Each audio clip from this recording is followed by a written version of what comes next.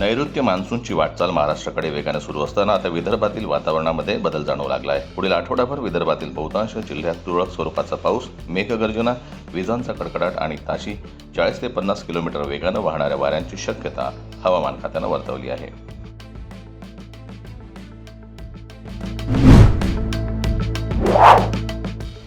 One विभागात उच्चपदस्थ अधिकारी असल्याचं भासून पुणे येथील ठगबाजानं महत्त्वाचे कंत्राट मिळवून देण्याचा आमिष दाखवत शहरातील 19 जणांची 95 लाख रुपयांची फसवणूक केल्याचा धक्कादायक प्रकार सोमवारी चव्हाट्यावर आला।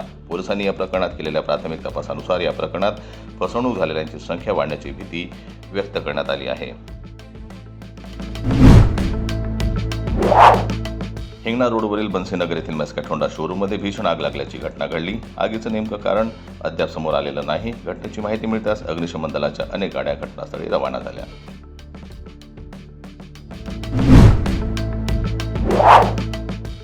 उद्धव ठाकरे दिल्लीच्या बैठकीला प्रत्यक्ष हजर न राहता त्यांनी ऑनलाईन बैठक अटेंड केली। उद्धव ठाकरे बैठकीला ऑनलाईन हजर असल्यामुळे वेगळी चर्चा सुरू झाली आहे। आता उद्धव ठाकरे इंडिया आघाडीमधून बाहेर पडणार का अशी देखील चर्चा सुरू आहे।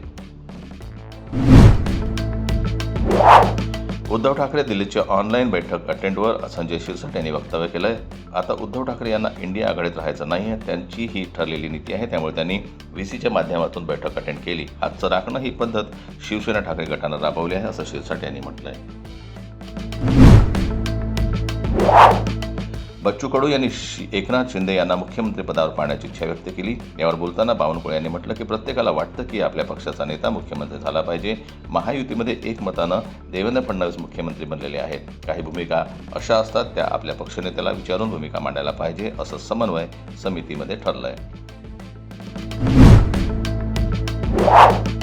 तेलुगू सुपरस्टार राम चरणनं रविवारी त्याच्या फॅन्सला एक शानदार सरप्राईज द्यायचं ठरवलं। त्यानुसार त्यानं त्याचा पेद्दी सिनेमा सुरू असलेल्या थिएटरमध्ये अचानक प्रवेश केला।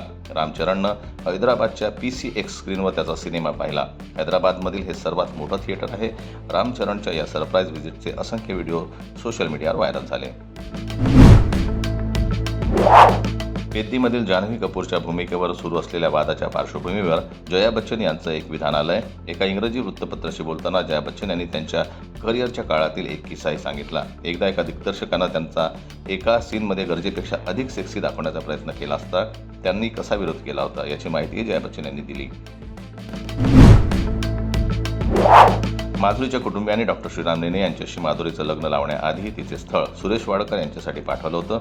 मात्र सुरेश वाडकर यांनी माधुरी खूप बारीक असल्यामुळे नकार दिल्याची चर्चा रंगली। आता द लंडन टॉपला दिलेल्या एका मुलाखतीत या दाव्यांवर प्रतिक्रिया देताना वाडेकर म्हणाले, अरे देवा, ती माधुरीवाली अफवा। माधुरी तर एखाद्या दिवशी माझ्या डोक्यावर जे थोडेफार नैसर्गिक केस उरलेत तेही ओढून काढेल। ती माझी खूप चांगली मैत्रीण आहे।